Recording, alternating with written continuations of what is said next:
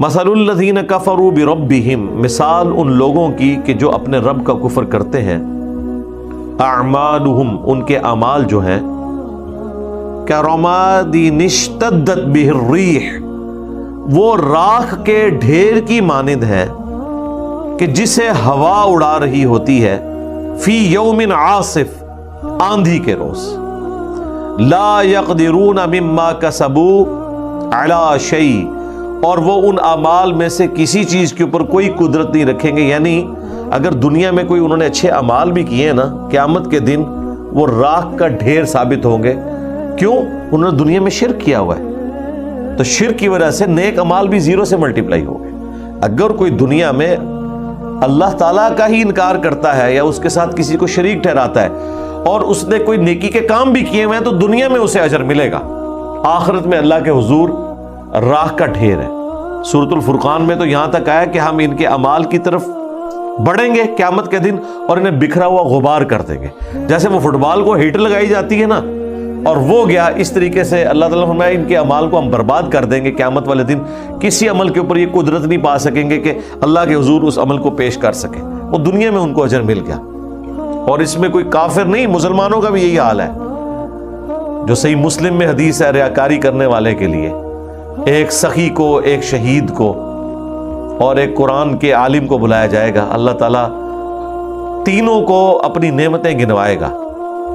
और सही मुस्लिम के अल्फाज हैं, अल्लाह ताला शहीद से पूछेगा कि बता, मैंने तुझे इतनी अच्छी सेहत दी और जिंदगी दी, तूने मेरे लिए दुनिया में क्या किया? तो मेरा शहीद से ज्यादा तो कोई अकड़ के बात ही नहीं कर सकता। वो कहेगा या अल्लाह, जान थी ना, दे दी। अल्लाह ताला फरमाएगा तूने जान इसलिए दी कि लोग तुझे बहादुर कहे और दुनिया में तुझे अजर मिल चुका है। सखी कहेगा अल्लाह, मुझे जहां जहां पता चला ना कि तेरी राह में खर्च करने से तू खुश होता है, मैंने कोई जगह नहीं छोड़ी मगर यह कि उस जगह खर्च जरूर किया। अल्लाह ताला फरमाएगा तूने खर्च इसलिए किया ताकि लोग तुझे सखी कहे और दुनिया में तुझे इसका अजर मिल चुका। ये जो अल्लाह ताला हमारा ना क़यामत के दिन, वो अपने किसी अमल के ऊपर कुदरत नहीं पा सकेंगे। काफिरों के लिए तो है ही है, उन मुसलमानों के लिए भी है जो रियाकार हैं, दिखलावे के लिए करते हैं। फिर अल्लाह ताला आलिम दीन को उठाएगा, कुरान के आलिम को, कारी को। वो कहेगा या अल्लाह, मेरा तो ओढ़ना बिछौना ही कुरान था। अल्लाह ताला फरमाएगा तूने इसलिए सब कुछ किया कि लोग तुझे कारी कहें और दुनिया में तेरी तारीफ भी होती थी, ठीक है, तेरे नाम को दुमे लगा के इश्तिहारों के ऊपर प्रिंट भी किया जाता था, तो दुनिया से अजर ले चुका। अब मेरे यहां तेरे लिए कोई अजर नहीं है। उन्हें ऊंधा मुंह करके जहन्नम में फेंक दिया जाएगा। अच्छा, इस सही मुस्लिम की हदीस से एक खतरनाक रिजल्ट निकलता है कि फरिश्तों ने उन तीनों को सखी, शहीद और कुरान का आलिम लिखा हुआ होगा। बज़ाहिर वो सब कुछ अल्लाह के लिए कर रहे थे, फरिश्तों ने नोट भी कर लिया, लेकिन अल्लाह ने जीरो से मल्टीप्लाई कर दिया। इसका मतलब है कि असल हिसाबो किताब अल्लाह ने करना है।